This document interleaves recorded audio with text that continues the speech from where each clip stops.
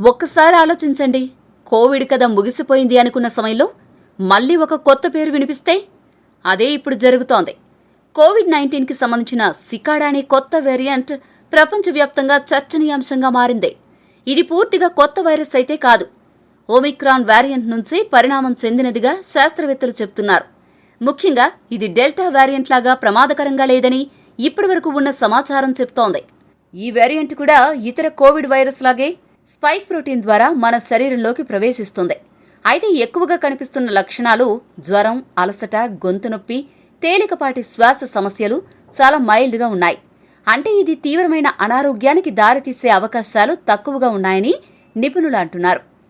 ప్రస్తుతం ఈ cicada variant విదేశాల్లో మాత్రమే పరిమితంగా కనిపిస్తోంది. మన దేశంలో ప్రస్తుతానికి ఇంకా కేసులు నమోదు కాలేదు, కాబట్టి భయపడాల్సిన అవసరం లేదు. కానీ అలర్ట్గా ఉండడం మాత్రం చాలా ముఖ్యం. ఎందుకంటే కోవిడ్ పూర్తిగా పోయింది అనుకోవడం పెద్ద పొరపాటు. కొత్త వేరియంట్లు వస్తూనే ఉంటాయి. అందుకే పానిక్ అవ్వాల్సిన అవసరం లేదు, గానీ కేర్లెస్గా మాత్రం ఉండకండి. మాస్క్, హైజీన్, వ్యాక్సిన్ ఇవే మనకు నిజమైన రక్షణ. ఇలాంటి అవేర్నెస్ కలిగించే వార్తల కోసం మా ఛానల్ను సబ్స్క్రైబ్ చేసుకోండి.